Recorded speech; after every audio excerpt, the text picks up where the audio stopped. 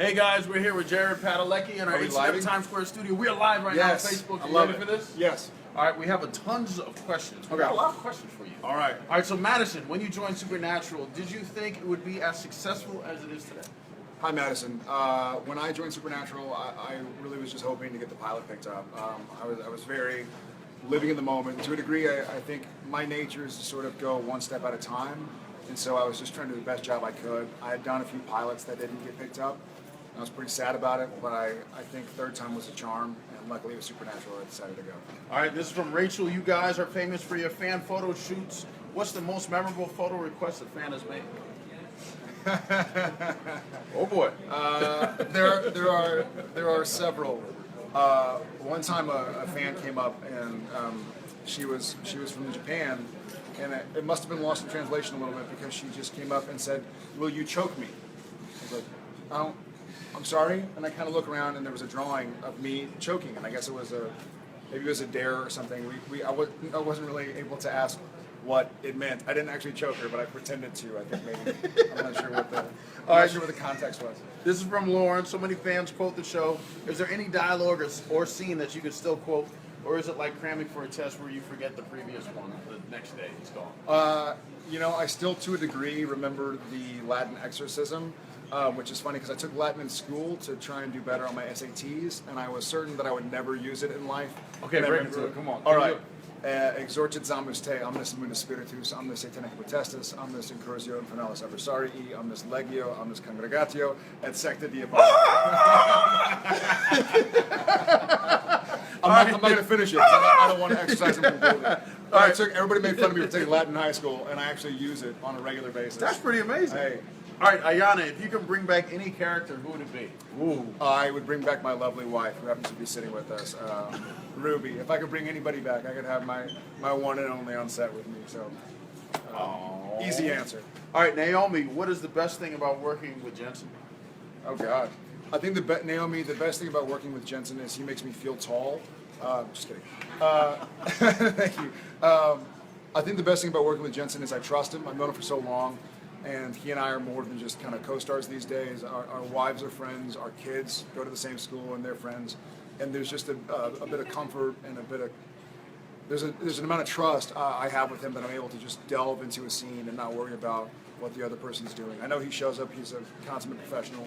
Shows up ready to work, and we're able to kind of have fun with what we do. All right, this is from Flavia. What do you think is the biggest change in Sammy since season 1? Oh God. Flavia, I think Sammy's changed a lot. We've seen him, possessed by angels and possessed by demons. And I think I think in season 1, Sammy really wanted to go live a normal life. He's kind of thought like, my family's weird. My dad needs to go on Walking Dead and get off of Supernatural. But now these days, I think Sam realizes that his destiny is where he is, and he's learned to accept that it's not perfect, it's not ideal. He doesn't have a wife and kids and a law degree, but he realizes that he's helping a lot of people, so I think he's happy with where he is. Okay, this is from Dolly. What would happen if Dean from Gilmore Girls met Sam? If Dean from Gilmore Girls met Sam, I think Sam would probably beat him up. I probably shouldn't say the ASS word. I think Sammy's a lot tougher than Dean from Gilmore Girls. But I think Dean from Gilmore Girls was a nice enough guy, so he'd probably just shake his hand and be like, "I like your hair," and walk away. All right, Jamie. This is from Jamie. Yeah. If you ever had to face one of the monsters in the show in real life, which one would you go up against? All right. If I ever had to face one of the monsters in real life, there was a monster that if you dropped salt, I think it was a leprechaun. The episode was called "Clap Your Hands If You Believe," and he had magical powers, but I think it was a leprechaun of some sort, or some form of like the original form of the leprechaun. But if you dropped something on the ground, he had to stay there and count it until he was all done. And so you could just kind of like drop a bunch of stuff on the ground and run away. That'd be the easiest one to escape. All right, this is from Team Sam W. All right. What is the experience like producing your own wine with Steven Amell? Teen Sam W. That was I've always had a big passion for wine. I love it. And Steven, as you know, makes a lot of wine.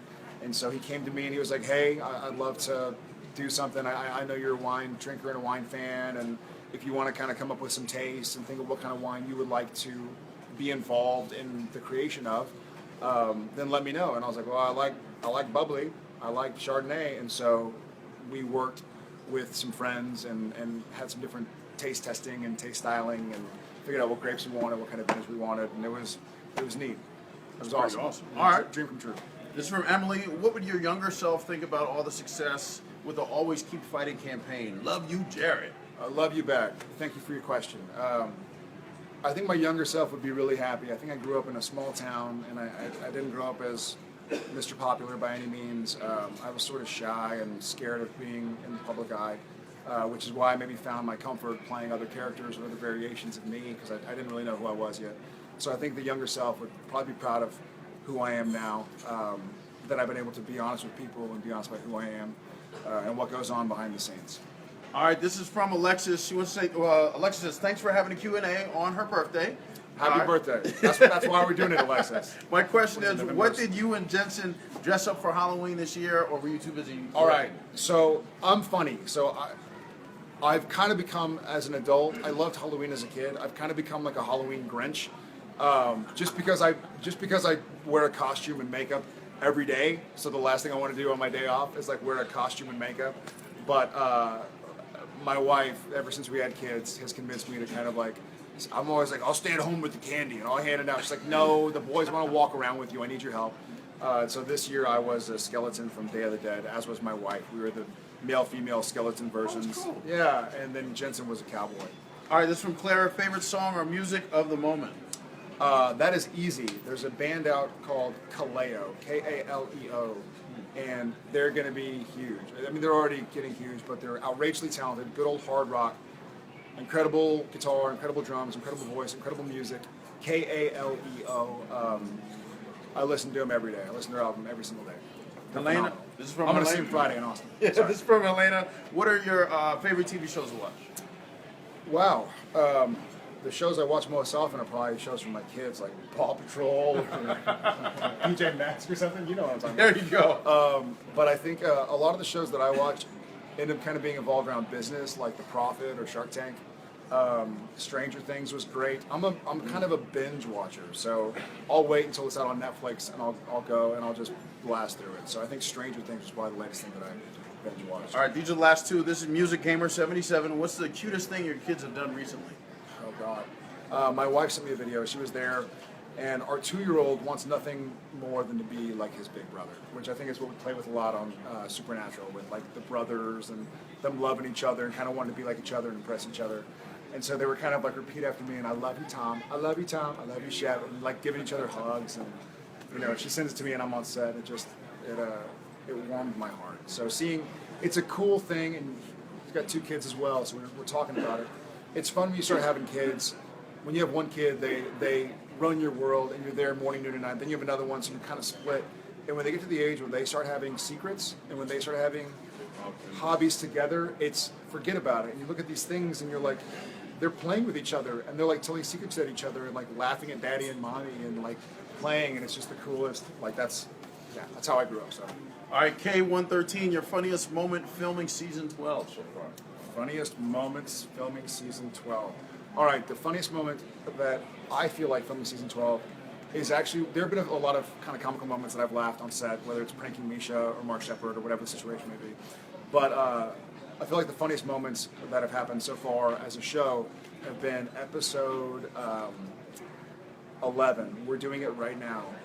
And it's kind of a throwback to an episode called Yellow Fever, where Dean finds himself in a funny situation where he's just not quite acting like himself. And so the combination of Sam and Dean, with all they've been through, the way they're communicating, or their lack of communication, I guess, is something that we're trying not to laugh at while we're filming. So I think you guys will like it. All right, and is there anything that you can tell the Facebook Live group about what's going on in the new season? What kind of scoop? Yeah, we for those who haven't seen the first couple episodes, we're kind of going back to the smaller storylines, almost like season 1. You know, we had last year with God and the Darkness and Lucifer, and we've gone big. We've had the Apocalypse. We've done everything in 250 episodes. But now we're going back to almost what made me fall in love with the show in the first place. We're going back to family and loyalty and sacrifice and discipline and friendship. and a lot of the stuff that kind of attracted me to the show in the first place. It's scary, it's dark, and we're keeping it simple. We're going back to simple. We've gone so big, and you guys, because y'all have been there for us, we've had the ability to do that and trust that y'all, we're going to have our backs. So thank you, and now we're going back to simple. Guys, thank you for hanging us. We're at Facebook Live. Make sure you watch Supernatural. Thursdays, 9 o'clock. And the Giants are the best team in the NFL. After the Cowboys. After the Giants are the best team in the NFL. Yes, Giants are the yes, best. I'm seeing a Cowboy fan. Giants. There's no Cowboys fans. Love y'all guys. None. Ciao.